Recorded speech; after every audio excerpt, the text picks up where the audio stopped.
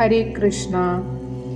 സന്താനങ്ങളില്ലാത്തവർക്കും സന്താന ദുരിതങ്ങൾ അനുഭവിക്കുന്നവർക്കും വേണ്ടി മഹാവിഷ്ണുവിൻ്റെയും ലക്ഷ്മി ദേവിയുടെയും അനുഗ്രഹം തേടുന്നതിനായി സമർപ്പിച്ചിരിക്കുന്ന ഒരു ഏകാദശിയാണ് പൗഷ പുത്രാദ ഏകാദശി.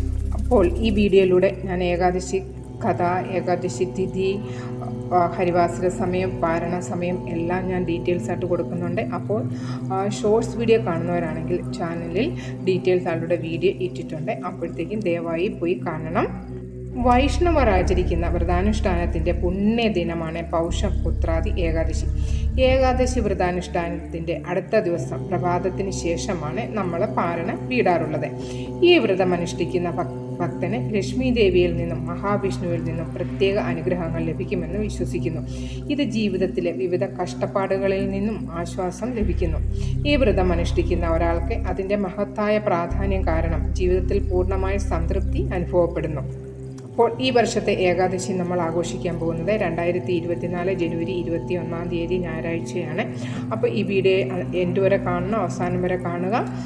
ഏകാദശി തിഥി ആരംഭിക്കുന്നതും അവസാനിക്കുന്നതും ഹരിവാസര സമയം, വാരണ സമയം എല്ലാം ഞാൻ കൊടുക്കുന്നുണ്ട്. അപ്പോൾ ദയവായി എൻഡ് വരെ കാണണം. അപ്പം പൗഷ പുത്രാദ ഏകാദശിയുടെ ടൈം ആരംഭിക്കുന്നത്, ഏകാദശി തിഥി ആരംഭിക്കുന്നത് 2024 ജനുവരി 20 വൈകിട്ട് 7:26 അപ്പോൾ ഏകാദശി തിഥി അവസാനിക്കുന്നത് 21 വൈകിട്ട് 7:26 അപ്പോൾ പാരണ സമയം എന്ന് പറയുന്നത് ജനുവരി 22 7:14 മുതൽ രാവിലെ 9:21 വരെയാണ് പാരണ സമയം.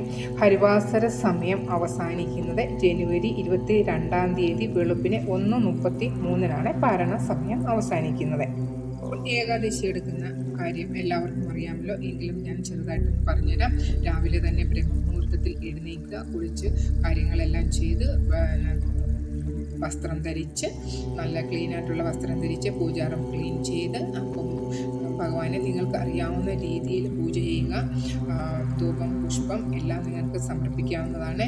അപ്പം പഴങ്ങളും പാല് കൊണ്ടുള്ള എന്തെങ്കിലും പായസം അങ്ങനെ എന്തെങ്കിലും നിങ്ങൾക്ക് നിവേദിക്കാവുന്നതാണ്. ശേഷം നെയ്യ് കൊണ്ട് ദീപം കൊടുക്കുക. അതിനുശേഷം നിങ്ങൾക്ക് ആർത്തി എടുക്കാവുന്നതാണ്. അതുപോലെ തന്നെ തുളസിയുടെ മുന്നിലും നെയ്വിളക്ക് സമർപ്പിക്കുകയും തുളസി ആർത്തി ചെയ്യുകയും പിന്നെ തുളസി 7 പ്രാവശ്യം പ്രദക്ഷിണം ചെയ്യുന്നതും വളരെ നല്ലതാണ്. അതിനുശേഷം നിങ്ങൾക്ക് ക്ഷേത്രം നിങ്ങളുടെ വീടിൻ്റെ അടുത്തുണ്ടെങ്കിൽ ക്ഷേത്ര ദർശനമാകാം. അതും പറ്റുന്നില്ല എങ്കിൽ വീട്ടിൽ തന്നെ ക്ഷേത്ര ദർശനത്തിന് പോയാലും ഇല്ലെങ്കിൽ തന്നെ വീട്ടിൽ നിങ്ങൾക്ക് നാമജപങ്ങൾ ജപിക്കാവുന്ന ഭഗവത്ഗീത, ഭാഗവത, നാരായണീയം, വിഷ്ണു സഹസ്രനാമം, ഓം നമോ ഭഗവതേ വാസുദേവായ, ഓം നമോ വാസുദേവായ, ഓം നമോ ഭഗവതേ വാസുദേവായ എന്തെല്ലാം നിങ്ങൾക്കറിയാവുന്ന നാമജപങ്ങൾ എല്ലാം നിങ്ങൾക്ക് ജപിക്കാവുന്നതാണ്. ഹരേ കൃഷ്ണ മഹാമന്ത്രം നിങ്ങൾക്ക് ജപിക്കാവുന്നതാണ്. അപ്പോൾ അങ്ങനെ ജപിക്കുക. ഏറ്റവും കൂടുതൽ നിങ്ങൾ വേറെ ഒന്നും ചെയ്തില്ലെങ്കിൽ നാമജപം എന്ന് പറഞ്ഞാൽ അത് അത്യാവശ്യമായിട്ടുള്ള ഒരു കാര്യമാണ്. ഓം നമോ ഭഗവതേ വാസുദേവ എന്നുള്ള നിങ്ങൾക്ക് ഒരു 108 പ്രാവശ്യം നിങ്ങൾക്ക് ഒരു മാല ജപിക്കുക. അതുപോലെ ഹരേ കൃഷ്ണ മന്ത്രം ജപിക്കുക. ഓക്കെ, പിന്നെ പകൽ ഉറങ്ങാൻ പാടുള്ളതല്ല. ഓക്കെ, അപ്പം നാമം ജപിക്കുക. വേറെ കുറ്റങ്ങളും കുറവുകളും ഒന്നും പറയാതിരിക്കുക. നോൺ വെജ് നിങ്ങൾ തീർത്തും നിങ്ങൾ ഉപേക്ഷിക്കേണ്ടതാണ്. തലേദിവസം മുതലല്ല, നമ്മുടെ ജീവിതത്തിൽ നിന്ന് മൊത്തമായിട്ട് നിങ്ങൾക്ക് നോൺ വെജ് ഉപേക്ഷിക്കാവുന്ന ഏറ്റവും ബെറ്ററായുള്ളൊരു കാര്യം. ഏകാദശിയുടെ പ്രാധാന്യം എന്താണെന്ന് പറയാം. ഈ ഏകാദശി പൗഷപുത്രത ഏകാദശി എന്ന് വിളിക്കുന്നത് കാരണം ഇത് ഹിന്ദു മാസമായ പൗഷമാസം എന്ന് പറയുന്നത് നമ്മുടെ മലയാളത്തിൽ ധനുമാസം ഇതിൽ വരുന്നത് കൊണ്ടാണ്. ഹിന്ദിയിൽ പുത്രത എന്നതിൻ്റെ അർത്ഥം പുത്രന്മാരെ കൊടുക്കുന്നവൻ എന്നാണ്. തങ്ങളുടെ ആദ്യത്തെ കുഞ്ഞിനെ അനുഗ്രഹമായി പ്രതീക്ഷിക്കുന്ന മിക്ക ദമ്പതികളും ഈ ഏകാദശി ആഘോഷിക്കുന്നു. വളരെ തീഷ്ണതയോടും ഭക്തിയോടും കൂടിയാണ് ഈ ദിവസം മഹാവിഷ്ണുവിനെയും ലക്ഷ്മി ദേവിയെയും നിങ്ങൾ ആരാധിക്കേണ്ടത്. ഓക്കെ, അപ്പോൾ മക്കളില്ലാത്തവരും കുട്ടികളില്ലാത്തവരും സന്താന ദുരിതങ്ങൾ അനുഭവിക്കുന്നവർക്കും വേണ്ടി പ്രത്യേകിച്ചുമുള്ള ഒരു ഏകാദശിയാണ് ഈ ഏകാദശി. അപ്പോൾ എല്ലാവരും എടുക്കണം. ഋഷിയുടെ വ്രത കഥ തീർച്ചയായിട്ടും നിങ്ങൾ കേട്ടിരിക്കേണ്ടതാണ്. നിങ്ങൾ ഉപവാസം വെച്ചാലും വെച്ചില്ലെങ്കിലും. അപ്പോൾ ഞാൻ പെട്ടെന്ന് തന്നെ പറയാം. ഭദ്രാവതി രാജ്യത്ത് സുകേതുമാൻ എന്നും ശൈബ എന്നും ഒരു രാജാവും രാജ്ഞിയും ഉണ്ടായിരുന്നു. അവരുടെ രാജ്യമായ ഭദ്രാവതിയിലെ എല്ലാം അവർ സ്വന്തമാക്കി. പക്ഷേ അവർ സമ്പന്നമായ ഒരു രാജ്യമായിരുന്നു.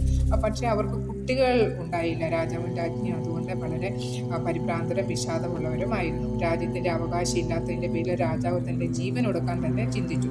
പക്ഷേ അത് അധാർമികമായതിനാൽ അദ്ദേഹം നിരാശ തോന്നി രാജ്യം എല്ലാം വിട്ട് വനത്തിലേക്ക് പോയി. കാട്ടിൽ കണ്ട നിരവധി പക്ഷികളെയും മറ്റു മൃഗങ്ങളെയും രാജാവ് നിരീക്ഷിച്ചു കൊണ്ടിരുന്നു. അതിനുശേഷം അദ്ദേഹം നദീതീരത്തെ ഒരു ആശ്രമത്തിനരികെ ഇരിക്കാൻ പോയി.